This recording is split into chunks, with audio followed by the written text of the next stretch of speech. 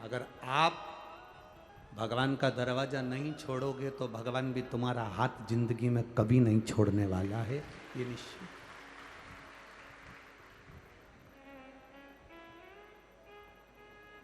शिक्षा और परीक्षा ये दोनों अलग अलग है।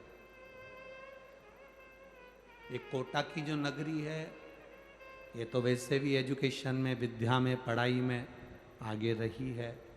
यहाँ पर पूरी दुनिया के बच्चे कोटा में कोचिंग करने के लिए आते हैं। यहाँ शिक्षा का केंद्र बिंदु है।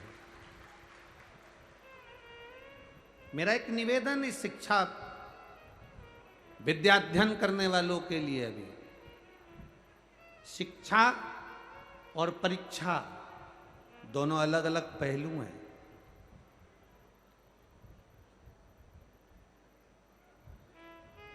अच्छी शिक्षा हमें सफलता की ओर लेकर जाती है।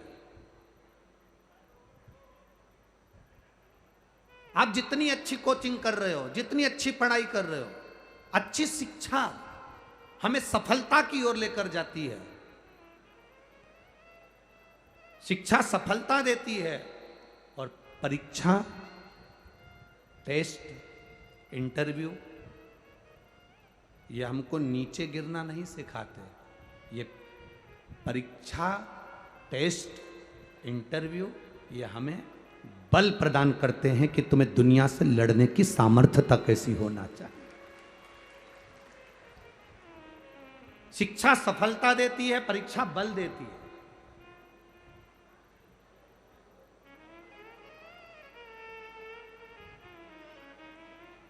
पर ना जाने क्यों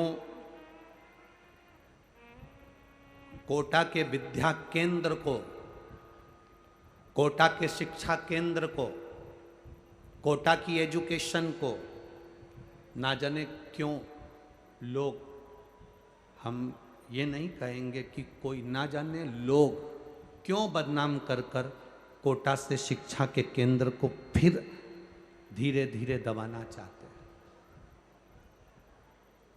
मेरा निवेदन बच्चों से, विद्या अध्ययन करने वालों से, पढ़ाई करने वालों से कि तुम्हारे माता पिता ने तुम्हें पढ़ने के लिए भेजा। तुम्हारे माता पिता ने ये नहीं कहा कि वापिस लौट कर आएगा और अच्छे से टेस्ट देकर आएगा। नहीं, अगर तू अच्छे से पढ़ेगा नहीं, अच्छे से विद्या अध्ययन नहीं करेगा, तेरा अगर कंपनी में नहीं होगा, तू अच्छी एजुकेशन धारण नहीं करेगा, तो माता पिता ने ये नहीं कहा कि तू लौट कर मत आना। माता पिता ने ये कभी नहीं कहा कि तू वापिस मत आना।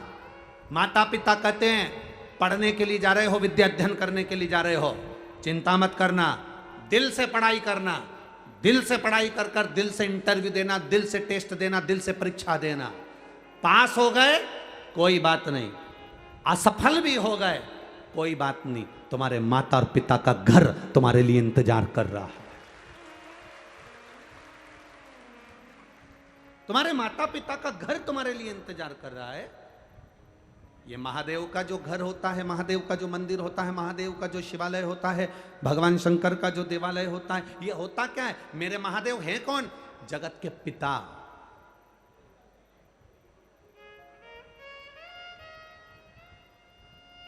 शिव महापुराण की विद्येश्वर संहिता में लिखा है, ब्रह्मा और विष्णु जी ने मिलकर मंथन करा। भगवान ब्रह्मा जी ने पूछ लिया था भगवान नारायण से, तुम्हारे पिता कौन है, तुम्हारे पिता हैं कौन? तब भगवान विष्णु के मुख से निकल गया था, शंकर मेरे पिता हैं, देवादिदेव महादेव मेरे पिता हैं। ये भगवान विष्णु के मुख से निकल गया तो ब्रह्मा जी को तो हंसी आ गई। ब्रह्मा जी ठाका लगाकर हंसने लगे। भगवान शंकर तुम्हारे पिता, वो शंकर जो शमशान में निवास करते हैं, वो शंकर जिनके गले में सर्प पड़े रहते हैं, वो शंकर जो खुले में रहते हैं, वो शंकर जिनका कोई घर भी नहीं है, वो शंकर जो भस्मी लपेटते हैं, वो तुम्हारे पिता है? वो तुम्हारे पिता है? भगवान नारायण ने कहा हाँ, वो मेरे पिता हैं। देव अधिदेव महादेव मेरे पिता हैं, ये मुझे गर्व है। तो भगवान ब्रह्मा जी ने पूछा इसमें गर्व की कौन सी बात है? तो भगवान विष्णु ने कहा पिता होता ही ऐसा है। एक पिता को देखना, पुरानी शर्ट पहन लेगा, पुरानी पैंट पहन लेगा, बनियान अंदर से फट रही होती है और बच्चे को जीन्स और टी शर्ट पहनाकर स्कूल भेज देता है।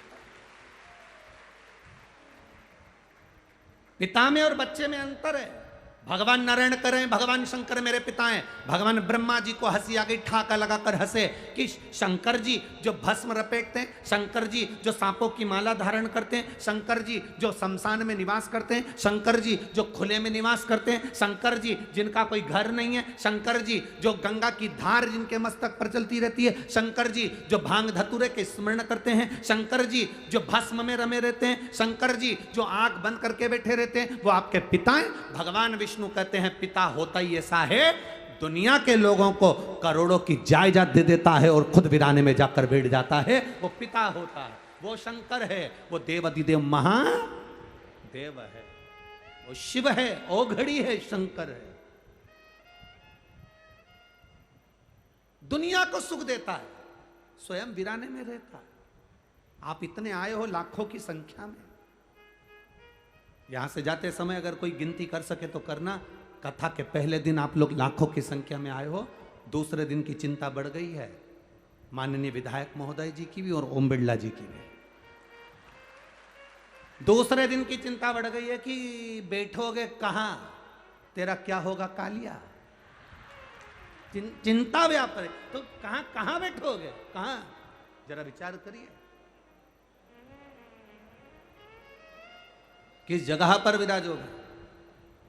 और जितने तुम अंदर भरे हो ना इस ग्राउंड में, उससे आधे बाहर पेड़ों के नीचे रोडों पर बैठे हुए हैं, जहां जहां आवाज जा रही है लोगों के पास, जहां तक आवाज पहुंच रही है वहां आधे वहां भी हैं, गाड़ियों के पास, ग्राउंड के पास।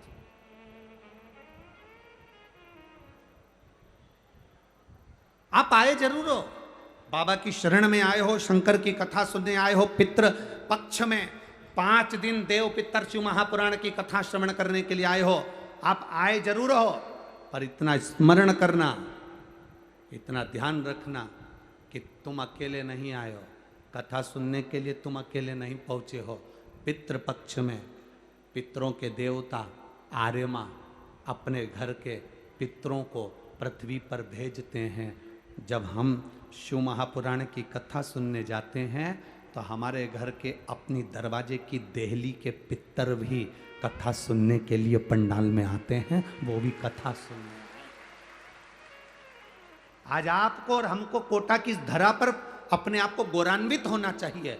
अभी तक हम पंडालों में कथा सुनते थे तो हम खुद सुनते थे, पर आज हम अपने घर के दरवाजे से निकलकर कथा के पंडाल तक पहुंचे हैं तो हम अकेले नहीं जा रहे। हमारे पूर्वजों को, हमारे पूर्वजों को, हमारे पितरों को, हमारे आहूतों को, हमारे वासुकों को हम लेकर जा रहे हैं, जो कि कथा तुमने नहीं कहा कि तुम चलो, फिर भी वो कथा सुनने के लिए तुम्हारे पीछे पीछे आए। कथा श्रवण